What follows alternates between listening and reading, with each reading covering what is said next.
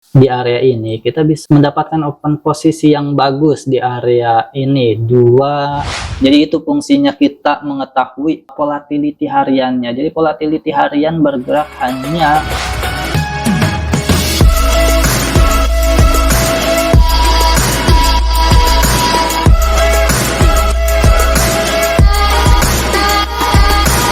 Oke, balik lagi di channel Pelatihan Profit Internasional bersama dengan saya Hendrik, Riset Analis PT Pelatihan Profit Internasional. Di video sebelumnya kita sudah membahas tentang apa itu rally based rally, rally based drop, drop based drop, dan drop based rally, beserta bagaimana cara kita mencari order block di area base untuk kita gunakan sebagai opportunity kita melakukan trading harian kita. Nah, selain itu ada yang sama pentingnya juga, di mana kita untuk menentukan target taking profit kita, karena sangat penting bagi kita untuk menempatkan target taking profit di tempat yang realistis. Jadi jangan mentang-mentang kita mengejar risk reward ratio 1:3 atau 1:5 atau bahkan mungkin 1:20, sehingga kita menempatkan target taking profit kita di luar nalar. Jadi istilahnya adalah ya kita tempatkan target taking profit kita di area wajar, di area yang sangat mungkin untuk tersentuh oleh harga yang bergerak pada hari tersebut. Nah, untuk menentukan di mana target taking profit kita, misalkan di sini ada di sini ada order block, di sini membentuk base, dan kemudian di sini ada order block. Oke, kita sudah bisa mendapatkan open posisi di area ini. Kita bisa mendapatkan open posisi yang bagus di area ini 2717 berdasarkan order block yang dari candle ini kita jadikan order block, dan kita sudah mendapatkan open posisi yang bagus, open posisi di ujung. Yang terpenting adalah di mana kita menempatkan target taking profit kita. Jadi misalkan kita sudah mendapatkan posisi di area ini dan kita menempatkan SL kita di bawah swing low yang ini, di bawah swing low yang ini, dan kita memaksakan kita ingin 1:5, maka kita tarik ke atas sampai 5. Oke. Jadi target taking profit kita ada di 2766. Nah, ini bisa dibilang ini adalah hal yang hampir mustahil untuk tersentuh dalam satu hari tersebut. Kenapa seperti itu? Karena setiap pair, setiap komoditi atau aset memiliki daily volatility-nya. Nah, itu yang kita jadikan acuan untuk target taking profit kita. Jadi kita usahakan jika kita ingin day trading atau trading harian, maka kita usahakan untuk target taking profit kita ini berada di jangkauan yang mungkin terjangkau oleh harga di hari tersebut. Dan untuk memprediksi sampai kemana harga bisa naik, kita bisa menggunakan rata-rata pergerakan hariannya, atau mungkin di sini ada indikator yang namanya ATR atau average true rank. Ini adalah salah satu tools yang digunakan untuk memprediksi pergerakan rata-ratanya. Jadi karena kita ingin melihat rata-rata pergerakan hariannya, maka kita pindah dulu ke time frame daily. Oke, ke time frame daily. Dan karena tadi kita opennya di tanggal 25 Oktober ya, jadi kita lihat di sini ada 31.168, itu adalah rata-rata pergerakan hariannya selama 14 hari terakhir. Jadi selama 14 hari terakhir dia udah panjang setiap candlenya dari ujung shadow atas ke ujung shadow bawah, ujung shadow atas ke ujung shadow bawah, semuanya dijumlah dan dibagi 14, sehingga dapat rata-ratanya itu 31.168. maka rata-rata pergerakan harian di hari tersebut kemungkinannya adalah berkisar sekitar 31,6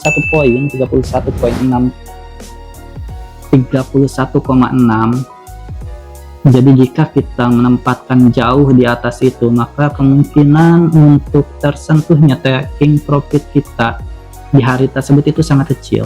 Oke, kita hapus lagi. Kita sudah dapat 31,6. Jadi kita ukur dari area ini. Oke, kita pencet shift ya.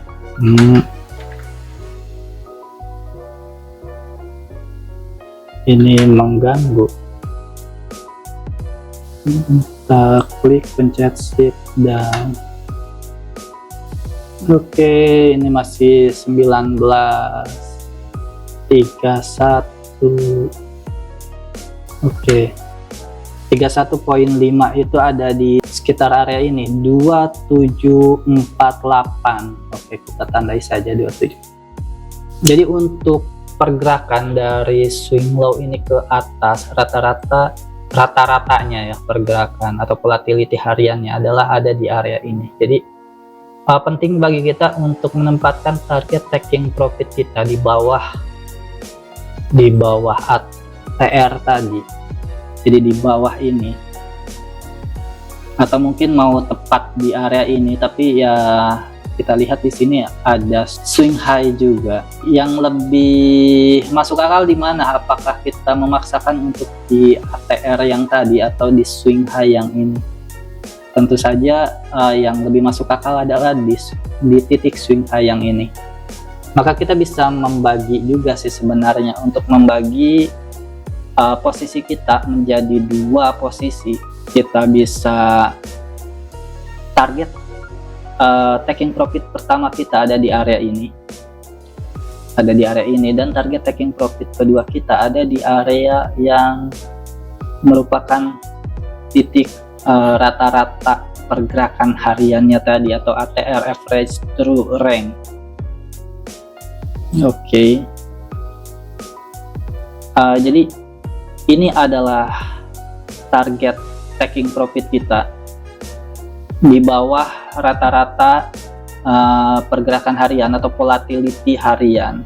Jadi itu fungsinya kita mengetahui volatility hariannya. Jadi volatility harian bergerak hanya 31 poin, berarti dari 2717 hingga ke 2748. Jadi dia bergerak 31 poin, itu adalah pergerakan hariannya, rata-rata hariannya. Jadi kemungkinan dia akan hanya bisa naik sepanjang itu atau setinggi itu. Kemungkinan besar hanya bisa naik setinggi itu. Untuk bisa naik lebih tinggi lagi di hari yang sama, di hari yang sama itu agak sedikit sulit, untuk dicapai di hari yang sama. Maka dari itu kita lebih baik, jika kita memang ingin day trading, kita tempatkan target taking profit kita di bawah rata-rata pergerakan hariannya. Jika rata-rata pergerakan harian bilang 31,6, ya alangkah bijaknya kita mencari area taking profit atau area resisten yang berada di bawah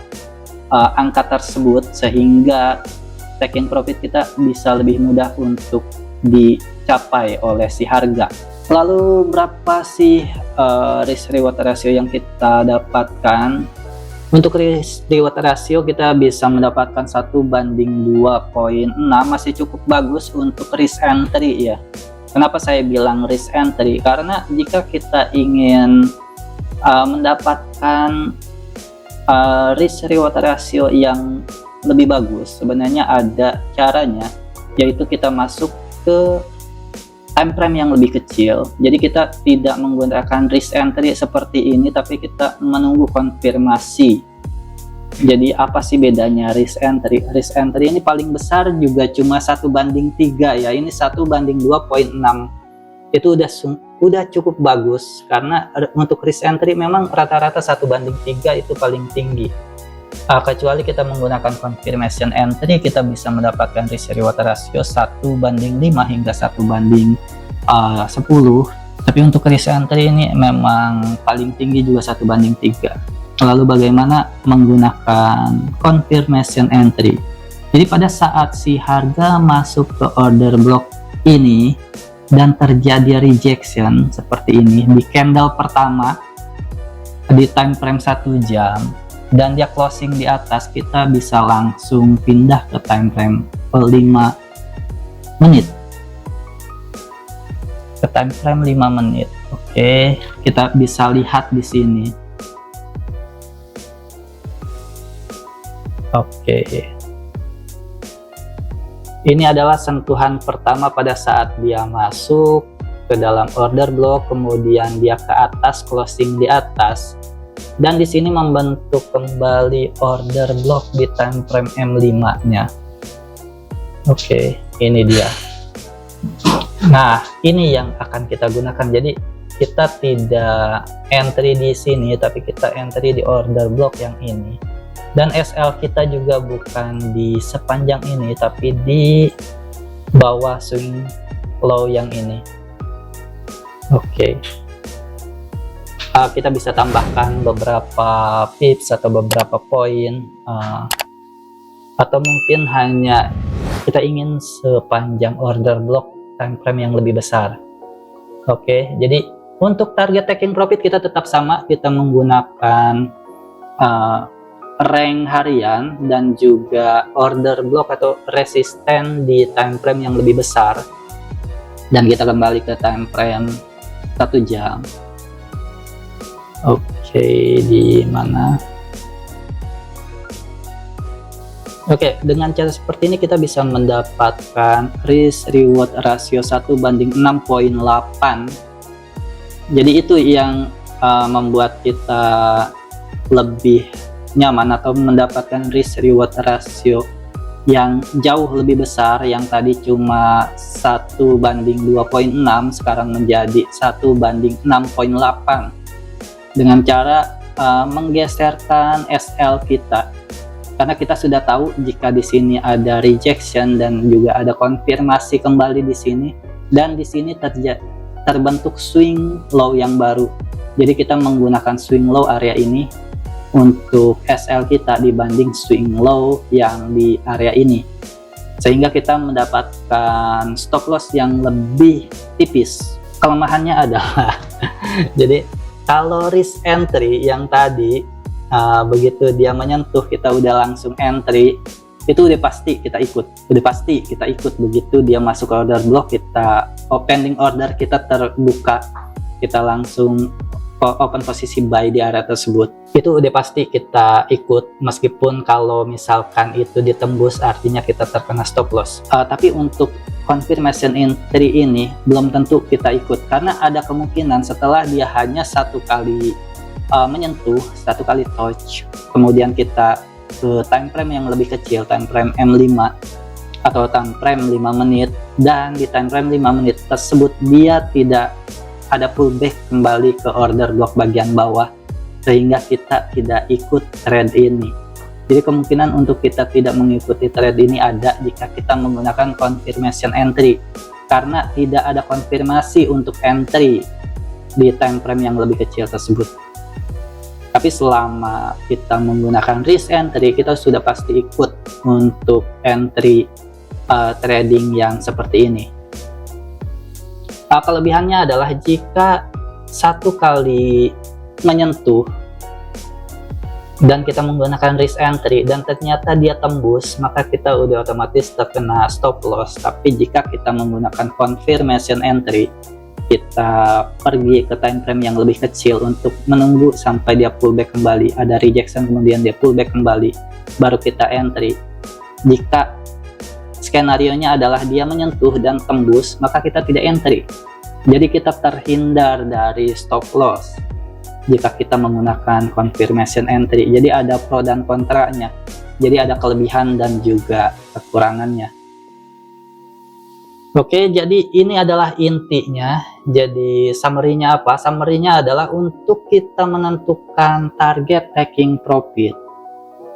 Penting bagi kita untuk mengetahui rata-rata volatility harian di suatu aset tersebut. Jangan menempatkan target taking profit kita di luar rata-rata volatility harian, karena besar kemungkinan itu tidak akan tersentuh oleh market untuk target taking profit kita, dan besar kemungkinan sebelum dia menyentuh target taking profit kita, harga sudah berbalik arah kembali. Karena memang di luar jangkauan, jadi tempatkan target taking profit kita di area yang sangat masuk akal untuk disentuh oleh market. Dan salah satu cara untuk mengetahuinya adalah kita mengetahui rata-rata pergerakan atau rata-rata volatility yang terjadi dalam hari tersebut.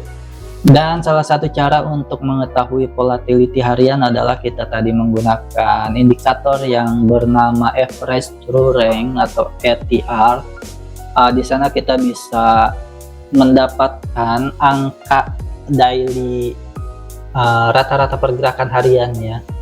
Tadi kita sudah cek dan ternyata 31.6, maka kemungkinan di harian tersebut adalah dia tidak akan melewati 31.6 pergerakan. Tapi bukan berarti setelah dia naik mendekati 31.6 tersebut kita bisa sell, bukan berarti ya. Tapi ini adalah lebih baik kita menempatkan target taking profit kita di bawah itu. Jangan mentang-mentang dia sudah melewati ATR, sudah melewati rata-rata pergerakan hariannya, terus kita counter trend dan berharap harga akan berbalik. Jadi bukan seperti itu cara menggunakannya. Memang kebanyakan atau memang peluangnya lebih besar setelah dia melewati ATR ini akan terjadi pembalikan harga.